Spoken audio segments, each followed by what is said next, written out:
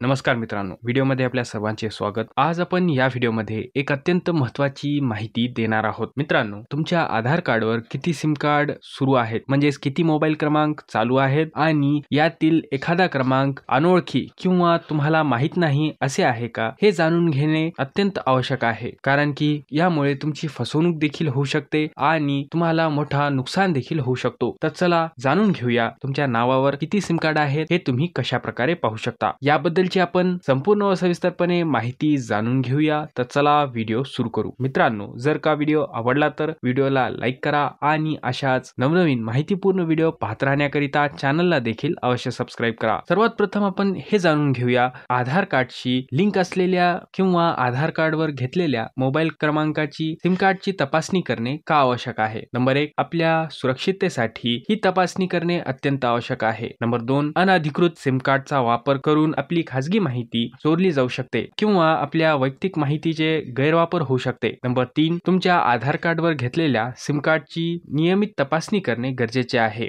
यामुळे तुमची फसवणूक होणार नाही। आपला देश हा झपाट्याने डिजिटल होत आहे, पण आजच्या या डिजिटल युगात सायबर फसवणुकीच्या घटना देखील दिवसेंदिवस मोठ्या प्रमाणात वाढत आहेत। मागील काही दिवसांमध्ये सायबर भामट्यांनी अनेक मोबाईल धारकांची मोठी फसवणूक केली आहे। ऑनलाईन सायबर फसवणूक ही बहुतांशी बनावट व फेक सिम कार्डद्वारे केली जाते। अशा फेक व बनावट सिम कार्डवरून होणारी फसवणूक व घोटाळे रोखण्यासाठी केंद्र सरकारने कठोर निर्णय घेतले आहेत। यासाठी सरकारने मार्गदर्शक तत्वे देखील जारी केले आहेत। नवीन गाईडलाईन्स नुसार सरकार एका ओळखपत्रावर म्हणजेच एका आयडी वर 9 पेक्षा जास्त सिम कार्ड देणार नाही। तर चला आता आपण स्टेप बाय स्टेप पाहूया, तुम्ही तुमच्या आधार कार्डवर म्हणजेच तुमच्या नावावर किती सिम कार्ड आहेत हे तुम्ही कशा प्रकारे तपासू शकता। यासाठी तुम्हाला सर्वात प्रथम संचार साथी या पोर्टलवर जावे लागेल किंवा तुम्ही डिस्क्रिप्शन बॉक्स मध्ये दिलेल्या लिंकवर क्लिक करून देखील या वेबसाईटवर जाऊ शकता। यासाठी तुम्हाला सर्वात प्रथम tafcop.sancharsathy.gov.in या लिंकवर जावे लागेल। येथे आल्यानंतर तुम्हाला सर्वात प्रथम येथे खाली तुमचा मोबाईल क्रमांक येथे टाकावा लागेल। खाली दिलेला कॅप्चा कोड भरा आणि व्हॅलिडेट कॅप्चा